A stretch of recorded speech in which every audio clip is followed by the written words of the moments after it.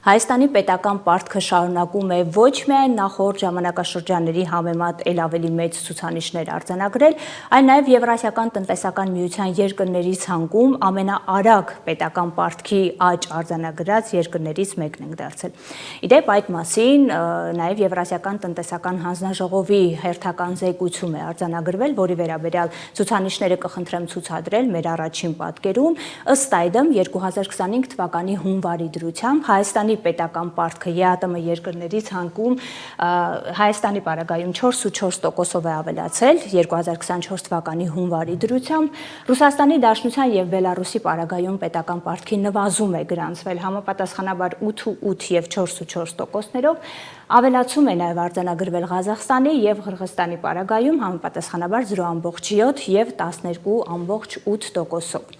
Ինչ վերաբերում է Եվրասիական տնտեսական միության ընդհանուր համախառն պետական պարտքի ճյուղային կառուցվածքում, ապա Հայաստանը եւ Ղրղստանը ամենաարագ պետական պարտքի ավելացում արձանագրած երկրներ են, Հայաստանի պարագայում արտաքին ներողություն պետական պարտքի ճյուղային կառուցվածքում ավելացել է պարտ մասնաբաժինը 16.7%-ով։ Սա իրականում բավական մեծ ցուցանիշ է։ Եվ ըստ այդմ փաստացի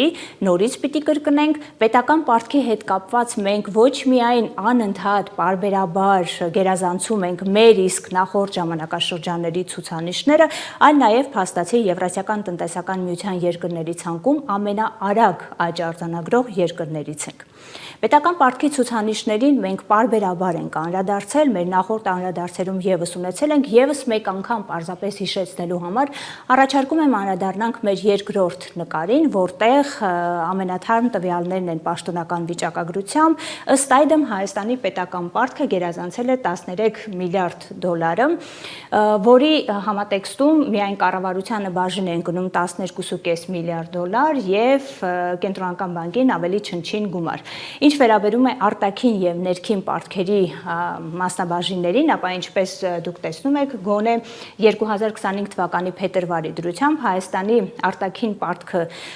շատ ավելի փոքր ցուցանիշ է, քան ներքին պարտքը, ինչի մասին շատ ենք խոսել, սա ունի եւ դրական կողմ եւ բացասական կողմ։ Դրական է այն հանգամանքը, որ ներքին պարտքի ավելի մեծ մասնաբաժինը փաստորեն կրճատում է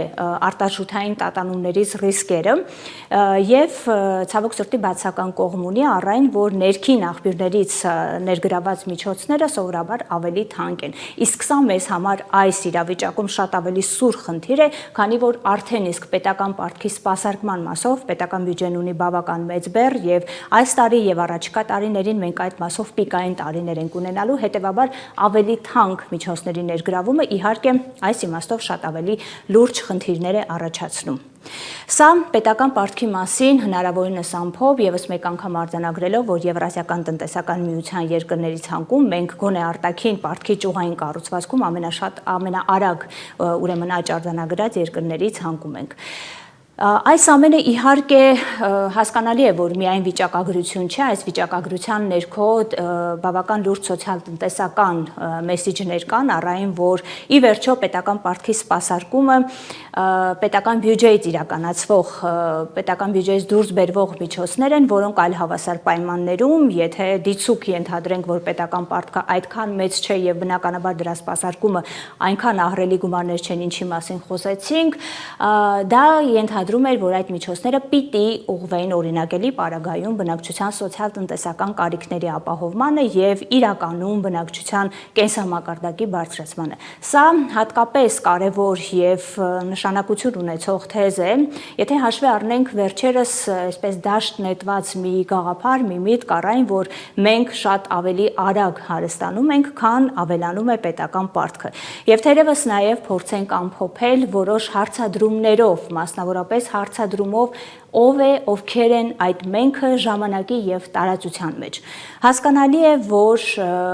ավելի արագ հարստանալու հնարավորինս օբյեկտիվ բացատրությունների հիմքում որոշ մակրոտնտեսական ցուցանիշներն են եւ տնտեսական աճերը նախորդ ժամանակաշրջաններում վերջին հատկապես տարիներին արձանագրված եւ հատկապես մեկ շնչին բաժին ընկնող հնան, որը իրապես աշխարհում ընդունված է ընկալել որպես բարեկեցության, կենսամակարդակի հիմնական ցուցիչ, բայց այդ մասին եւս շատ ենք խոսել, պարզապես առավելապես կարճ, հիշեցնենք, որ այդ մակրոտնտեսական ցուցանիշները դրանք առավելապես արտաքին ազդակներից, արտաքին գործոններով ձևավորված ցուցանիշներ են եւ հատկապես ռիսկային այն հանգամանքից ելնելով, որ անկայուն են։ Հետևաբար բոլոր այդ դրական ցուցանիշները, որոնք փորձում են ներկայացնել որպես բարեկեցության, կենսամակարդակի աճ, իրականում որևէ կերպ կայուն եւ ամուր եւ առավել եւս հետագա կայուն հեռանկարային աճի մասին խոսող ցուցանիշներ չեն, ցավոք սրտի։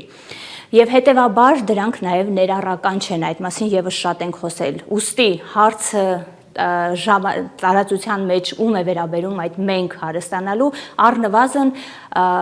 արձանագրված ցուցանիշները ներառական չեն, ուստի հանրության լայն շերտերին ցավոք սրտի ոչ պատշաճ կամ ոչ բավարար կերպով են վերաբերվում։ Մյուս կողմից ավելի արագ ենք հարստանում, քան ավելանում է պետական պարտքը, արդեն եթե ժամանակի կտրվածքով դիտարկելիս լինենք,